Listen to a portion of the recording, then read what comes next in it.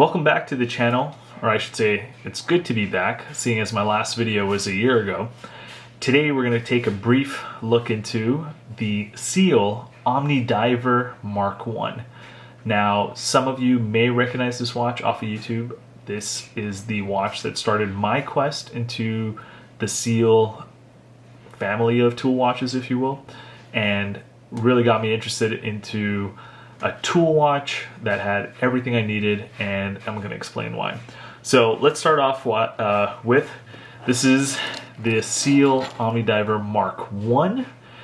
This is now officially discontinued by SeL. They no longer make this model.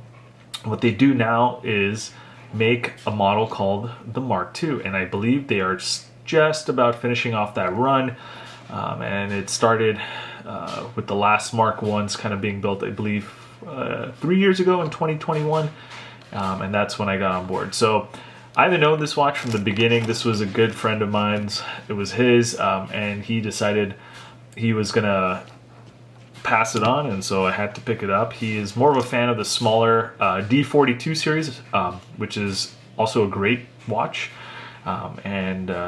but for me, I kind of feel like these larger divers are my thing. So let's start it off with going through real quick. We have this entire watch is, first of all, completely handmade in the USA. This is completely made in Arizona by SeL, and the gentleman who runs the company and who's also, I believe, their main machinist and designer and engineer and tooling setup and everything is Andrew. Great guy if you talk to him, Andrew McLean, and he's the guy and the genius behind this concept of this tool watch. And from his own experiences, I'm sure if you take a look at the website, he had a similar watch and other watches fail on him, so he decided to over-engineer this watch, and that is what this watch represents. The epitome of over-engineering everything in all aspects. So let's start off with, this watch is completely made out of grade 5 titanium. Not grade 2, grade 5. And that includes every link, which is machine made in Phoenix, including this amazing bracelet and clasp, which I'll get into. But everything is grade 5 titanium. You've got a really thick sapphire. I'd have to get the specs again from the website. It's been a while, but this is easily 5-6 millimeters thick.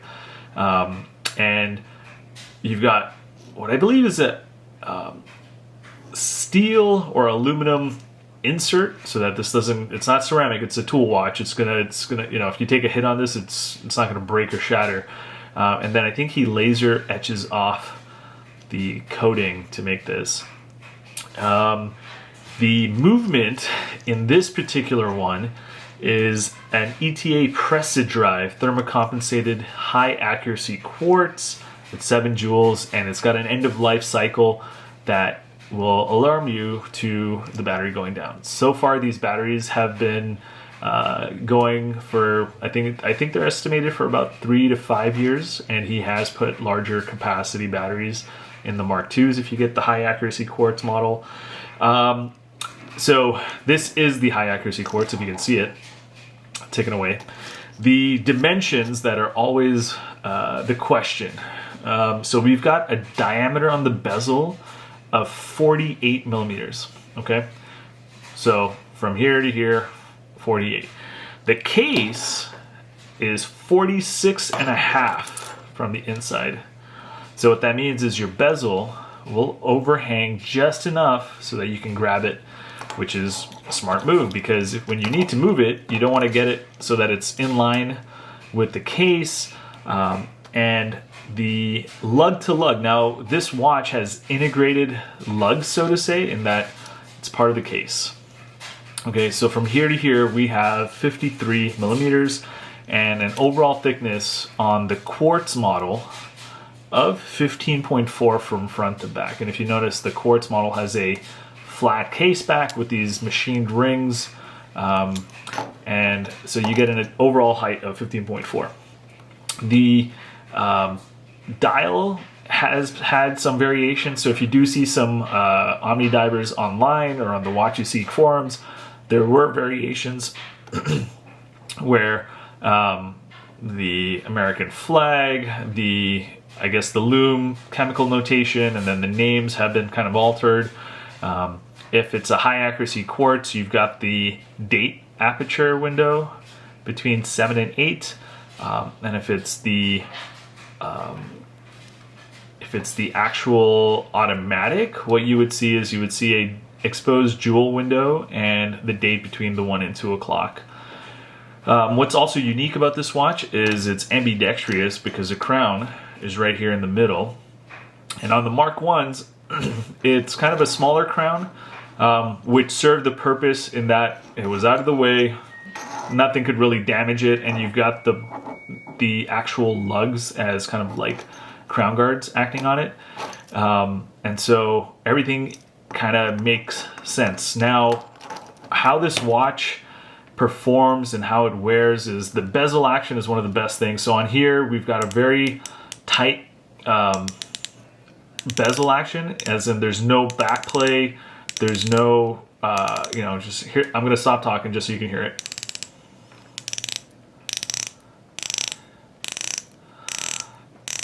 And he's got a proprietary kind of system going on where it's got like these pistons that are, I guess, probably going to butcher the technology, but there's a reason it's proprietary. And he's got pistons with kind of a slide that goes in and 120 click bezel. And it is probably the best bezel action I've ever seen. And I've seen it all from Seiko Marine Master 1000s, Omegas, Rolexes, Tudors. It is the best, and from the Mark 1 to the Mark 2, it only got better.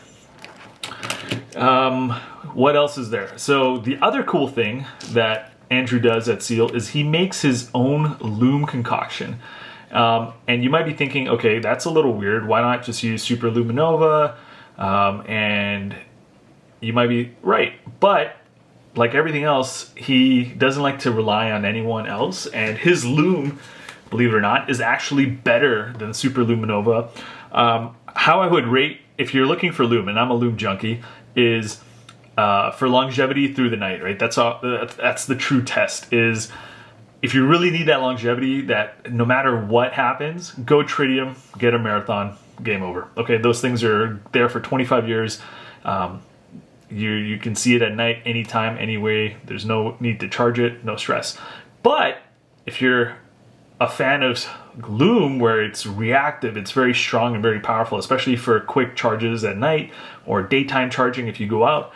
This stuff rates higher than, at least for me, Seiko Marine Master 1000 tunas, Marine Master 300s, and then probably third in that list would be the Breitling Super Ocean series. They have some really good lume as well.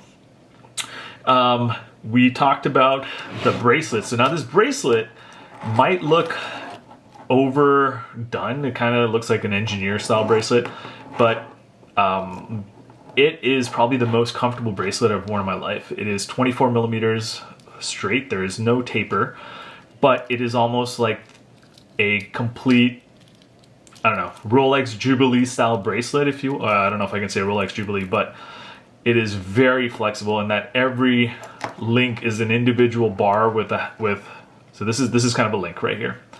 And all of it moves, and it's allowing the bracelet to taper around your wrist. You can just see how it slunks in, and then look at how flexible that is, right? So all of these are individual titanium bars and titanium end pieces that are put together, and it's 24 all the way through. And then the best part of the bracelet, and I guess this is the attraction to his bracelets, is this wave lock clasp. All right. So I'm going to just close it so you can see what's going on.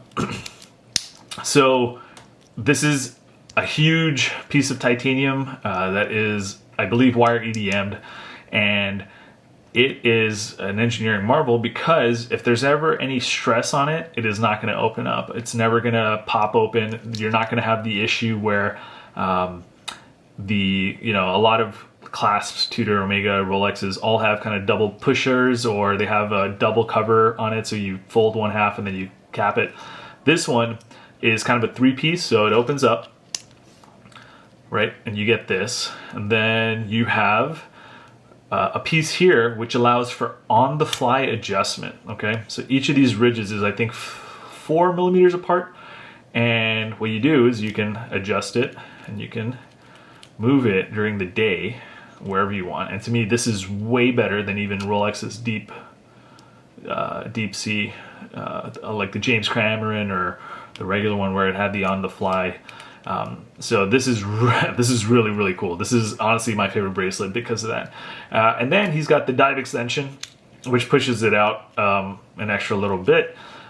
So this is all machined. It's all held together. There's no stress on it. If you were to ever pull apart, it's not going to be. It's because it's got 2 strong pin joints all across, and all these are screws. So there's stainless steel fasteners, screws in titanium, and it's probably there to just make sure you don't get any titanium galling or that the threads don't wear in over time. But that is the Mark 1.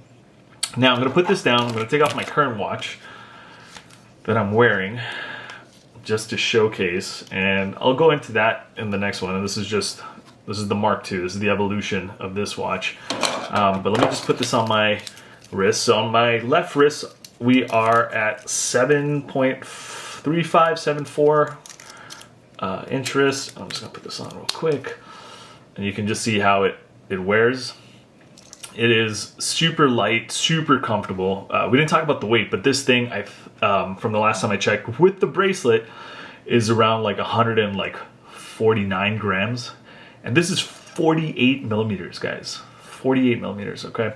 I've seen stainless steel watches from other companies where you're at, 42 or 45 millimeters, and they're already pushing like 180 plus grams, maybe 225. I had an Omega that you can check out on some of my videos, 45 and a half millimeter, and it was like 225 grams on a bracelet. Just, ridiculous. This is a beautiful and very svelte. It's very light, very comfortable, and gets the job done. And with the high accuracy quartz, I'm only resetting this for maybe date changes when the months have different days or amount of days, or the daylight savings back and forth. But otherwise, this thing is accurate to like plus or minus 10 seconds a year overall. But I'm sure when I do the changing, I'm probably goofing it up a little bit more. But otherwise, I sync it with the atomic clock at time.gov, and it is a beast. So let me see if I can showcase. I'll include some photos of the loom, but otherwise, I just want to show, like, this is the crown that's in there. And let me zoom in real quick. You can see it's also got the SeL logo on there. Right on, let's see, there we go. And then this is kind of the, it's not a captive bezel. I believe it's kind of pressed. It's a press fit, but that is a captive screw that's there in the bezel to kind of hold it all together. So let's see if we can get a little better picture of the dial. And then one thing that's really cool on the Mark 1s is these are applied indices. He's got little applied cups, if you will, filled with his amazing loom. And you can see it says Mark 1 Omnidiver. This thing is rated to 608, atmospheres or 6,000 meters depth. Insane, just for those off chance days you go into the Mariana Trench or anything like that. It's ready to roll. But like all things watches, the attraction is to, at least my attraction is that this is a crazy over-engineered piece of equipment, and that's what makes a tool watch, right? Like, no one's really diving to that depth, but when you hear about how it's been tested, and if you follow the SeL Instruments Instagram pages and you go back to when he was doing all the tests and everything on his Instagram page, you'll see he drove over it. He froze the watch and then defrosted it, and the watch was still keeping perfect time. He does offer the Omnidiver in both automatic and high accuracy quartz. The automatic is the SW200 Salida, and he does a fantastic job in timing and setting it so that they're pretty much neck and neck. But again, high accuracy quartz, you can't beat it. If you're looking for something that's going to take a beating, whether you're working with machinery or you're working in law enforcement or any kind of where you don't have to worry about the watch, you just put it on, set it, forget it. It bumps against a door, bumps against a piece of metal, whatever. This watch will take a beating and it'll keep on ticking. I'm going to end this now because we're at the 15-minute mark, but I'm going to also add a few photos towards the end of this of the lume that this watch has. And yeah, I hope you stick around. I've got a whole bunch of other videos I'm going to drop with regards to the watches I've accumulated over the past year, but also kind of finalized in the collection. And a lot of them are SeL Omnidivers. So appreciate it. Like and subscribe. Make your comments. You know, I appreciate everyone's time and effort in joining. And then thanks for sticking around for the full 50 minutes. And I'll catch you guys later. Cheers.